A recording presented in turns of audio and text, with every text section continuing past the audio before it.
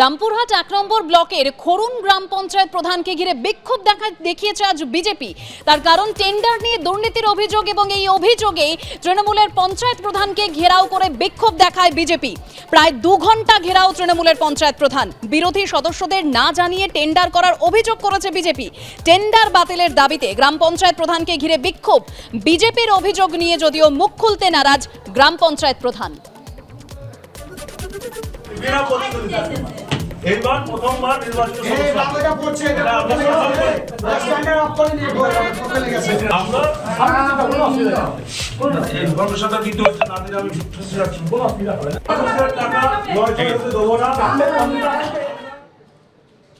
এবার গাইঘাটার একটি স্কুলের অস্থায়ী কর্মীর বিরুদ্ধে মিড ডে মিলের চাল চুরির অভিযোগ।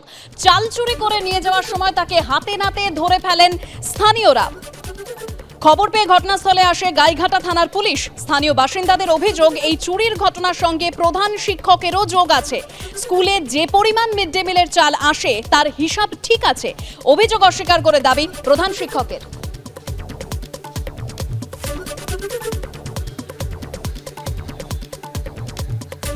পুলিশি হেফাজতে মৃত্যুর ঘটনায় এবার সিবিআই তদন্তের নির্দেশ দিল হাইকোর্ট।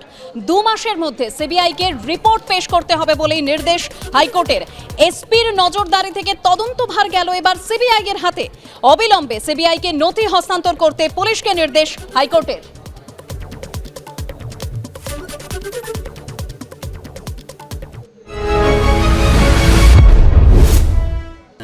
আপনার স্বামীর যে মৃত্যু ঘটনা ঘটেছিল তার পরিপ্রেক্ষিতে হাইকোর্ট সিবিআই তদন্তের নির্দেশ দিয়েছে।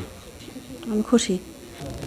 আপনাদের কি ধারণা পুলিশই আপনার স্বামীকে মেরেছে? হ্যাঁ, পুলিশে মেরেছে। পুলিশ তো বাড়ি থেকে নিয়ে গেল ধরি, তারপরে কেন মেরেছে? পুলিশের কাছ থেকে কোনো সাহায্য পেয়েছিলেন আপনারা? না, আমি পাইনি। পুলিশে খোঁজ খবর নেয়নি। হ্যাঁ, আমার স্বামীর আমি হলে কোর্টে কেস করছি কলকাতায়। এবার আমার স্বামীর আমি বিচার চাই, সঠিক বিচার চাই আমি। কোর্ট তো সিবিআই তদন্তের নির্দেশ দিয়েছে, এবার কি সঠিক বিচার পাবেন মনে হচ্ছে? হ্যাঁ। দোষী যে পুলিশ অফিসাররা তাদের শাস্তি চাইছেন? হ্যাঁ। পুলিশি হেফাজতে মৃত্যু, সিবিআই তদন্তের নির্দেশ দিল এবার হাইকোর্ট। এ নিয়ে বিজেপি কি বলছে এবং তৃণমূল কি বলছে শোনাবো। কঠিন পরিস্থিতি।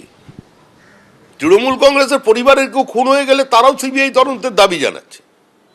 মহামান্য আদালতের কাছে গিয়ে আবেদন করলে তারাও সিবিআইকে তদন্ত করতে বলছে।